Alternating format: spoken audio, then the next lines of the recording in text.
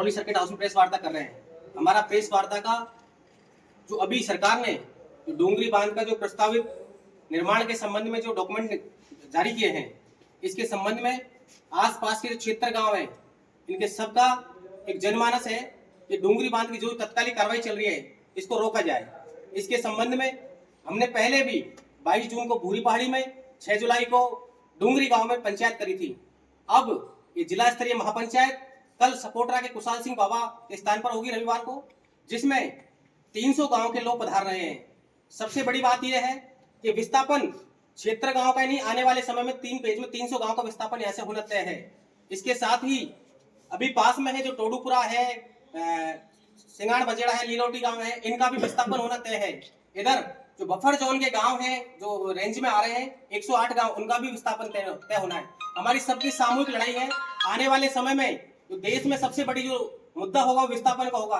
सरकार पूंजीपतियों को फायदा पहुंचाने के लिए ये विस्थापन कर रही है। जो बड़े बड़े पूंजीपतियों को जो सरकार में जो मदद करते हैं, ब्यूरोक्रेसी पीछे से फंडिंग करती है, उनको अप्रत्यक्ष रूप से मदद कर रही है। हमारी कई मांगे इस प्रकार है। ईआरसीपी योजना के अंतर्गत डोंगरी ग्राम क्षेत्र में एक विशाल जलाशय बांध प्रस्तावित है, जिससे लगभग 76 गांव सीधे रूप से प्रभावित होंगे, जिनमें से कई गांव आदिवासी, वनवासी, किसान व श्रमिक बहुल है। ये परियोजना न केवल हजारों परिवारों के विस्थापन और बेरोजगारी का कारण बनेगी, बल्कि पर्यावरणीय, सामाजिक, सांस्कृतिक रीति रिवाज, परंपराएं व आर्थिक क्षति का गंभीर संकट उत्पन्न करेगी। हमारी आपत्तियां जो इस परियोजना के संबंध में है: पहली, जन सुनवाई की प्रक्रिया अपूर्ण व औपचारिकता मात्र रही है। अधिकांश ग्रामवासियों को परियोजना की जानकारी नहीं दी गई है।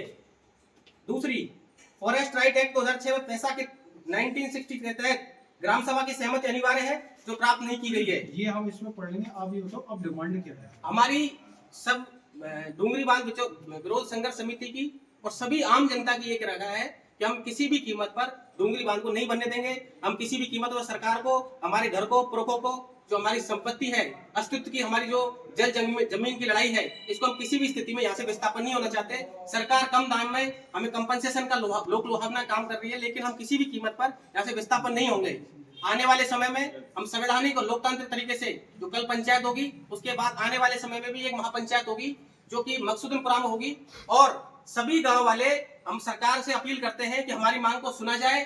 जो ग्राम सभाएं की जो भी आम सहमति है वो ली जाए और सभी लोगों की एक आम राय ली जाए, जिससे गांव में जो भय माहौल बना हुआ है वो खत्म हो। सरकार से मेरी अपील है, इस मुद्दे पर गंभीरतापूर्वक विचार करके गांव के लोगों को जो दस्तावेज सार्वजनिक किया जाए कि क्या इसकी परियोजना रिपोर्ट है, क्या एनजीटी रिपोर्ट है, क्या